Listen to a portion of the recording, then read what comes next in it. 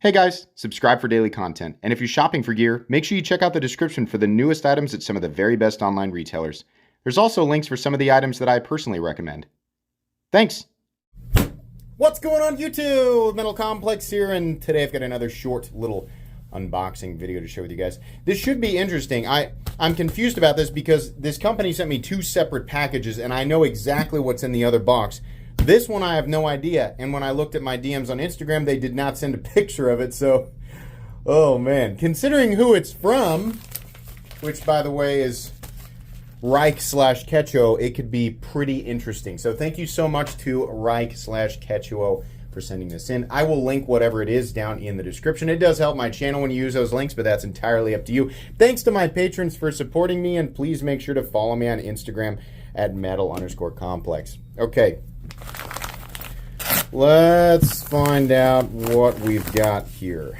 So, okay, that's what they said. They said KT Triad. I have no idea. And a quick Google search, I didn't necessarily find anything. So, the designer is Felix Danishwara. I know that I mispronounced that. Sorry about that. M390 in carbon fiber. Let's open this up and take a look here. KT Triad. It looks like actually this might be something toned down a little bit from Reich. Generally, when I get something from Reich or Ketuo or Reich/Ketuo, it's kind of insane. So this looks like something that's a little bit more relaxed, which is fine. Okay, we have a compound ground. Actually, there is a, we can call this a tanto. We have a rounded, little bit of a rounded secondary edge there. So there's a little bit of belly straight edge here, and then a little bit of curvature there in the secondary grind, which is flat. The initial grind is hollow, and we have a very light, it's almost maybe like a glass blasting or something like that. I'm not sure that I really want to call this a tumbled finish. You can see what I'm talking about. There's a little bit of, looks like media blasting, a little bit of texturing there.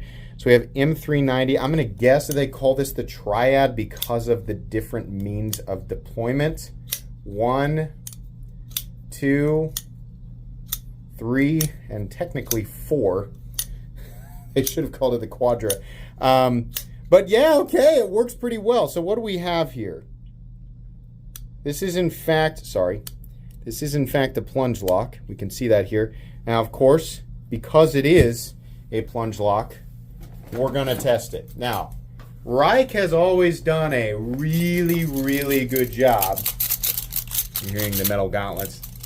Really good job with execution. I can't remember maybe one other button lock, which truthfully did not get tested. This was before I started experiencing failures with some other brands. Never had a failure with Reich. They're good.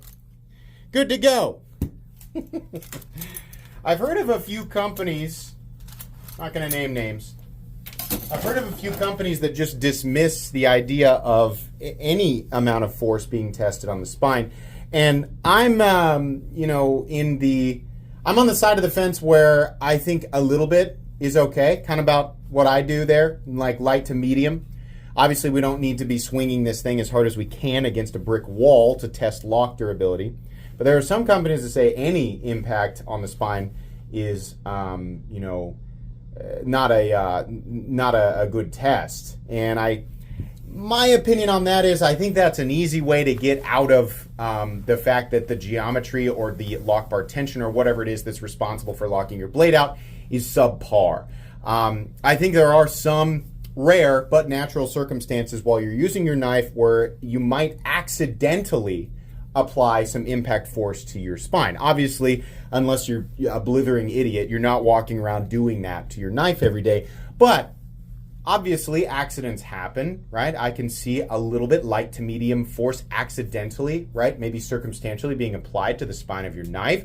And in that case, it would be nice to know that the thing is not going to disengage and close on your hand. In this case, no, it's not going to. So that's nice, right? Honestly, this is a pretty cool looking design, and it's ridiculously lightweight. I'm going to guess that's because we're looking at, those have to be titanium liners. Hold on. Got my coffee in the way. Wasn't ready. I need the magnet. I'm pretty sure, yeah. Whoa, that's all titanium in there. So we got carbon fiber, shred carbon fiber scales sitting on top of titanium liners. Give you guys a little look-see into the inside here. It'll be super duper handy. Of course, if I have my flashlight ready, which I almost never do, there we go. Lots of milling on the inside for weight reduction. We have a titanium pocket clip, a titanium back spacer, and then of course the M390 blade. This feels like it weighs, this might actually weigh under 4 ounces. I'm gonna say 3.8, but you know, hey, that's not the scale. That was an iPad, folks. Wow, too much caffeine. Okay, the weight on this guy is coming in at, it's even less, 3.32 ounces. So let me tell you, the most satisfying means of deployment on this knife so far are the thumb studs. There's honestly a pretty decent amount of room to get at this little opening hole here, and the action off of the button lock is superb. That's very good, and no matter how hard you push, that thing's gonna fall. I'm gonna push as hard as I can. Nah, no problem, right? That's not a problem here. Lockup, what do we have here? Oh, is it a little bit of side to side? Okay. First I thought it was up and down. Let me give that a crank real quick here and just see. Not a problem if the knife comes to you. Any knife comes a little loose, tighten the pivot down. If you own pocket knives, you should own a set. This is why I advertise these all the time, guys. They're ridiculously cheap, and it's WIA. This is what I recommend. If you own pocket knives, you should own a set of bits. A little crank there. Okay, but now we're a little bit tight. Let's see, have we eliminated? We have definitely eliminated the play, but we're a little bit tight. Let's back it off just a little bit. Whoops, gotta get that in there. Back it off just a little bit. Can we drop? Okay. Oh yeah, there we go. That's what I wanted to see. So, listen, if you get a brand new knife, just testing to make sure it's still dropping, yeah, perfect. If you get a new knife, right, and it's a little bit, are we centered? Oh, perfectly centered as well. It's a little bit wiggly. Don't panic. Just give it a little crank, right? Now, if you still have issues after that, if you've got the pivot cranked down and you no longer have smooth action and you still have blade play, then you have a problem, right? You should not be experiencing up and down play, and you should not be experiencing left and right play, right? Even now on a button lock. That's very nice, actually. Ergonomically, this is fantastic because of the way that they did the flipper tab here. This is not the most ideal in terms of deployment because of the way they've shaped this, but they did give you a little ledge right there, and it does work. And I think more importantly, what I like is it's not in the way. If you really want to deploy your knife that way, we have the ergonomic comfort of a knife that does not have a protruding flipper tab in the open position. So this is actually ideal ergonomically. Nice little harpoon notch right here. And of course, you have so many other means of deployment, right? Should be good to go. Knowing Reich/Ketuo, the reason I say that is because the whole Reich-Ketuo thing is kind of confusing. Reich is a brand and an OEM. Ketuo is also a brand, but generally is having their brand knives manufactured by Reich. Ketuo is also a website that sells Reich and Ketuo Reich products. So that's why. I'm just saying Ketuo, I'm just saying Reich Ketuo, right? Yeah, knowing them, this is probably reasonably priced. These knives from this company don't tend to get super duper expensive unless the design is something just really absurd, which they definitely do. That's why I'm saying this is much more toned down than what I'm used to seeing from this company. So this isn't bad. The overall length here is, looks like maybe shy, 7.5 to 8.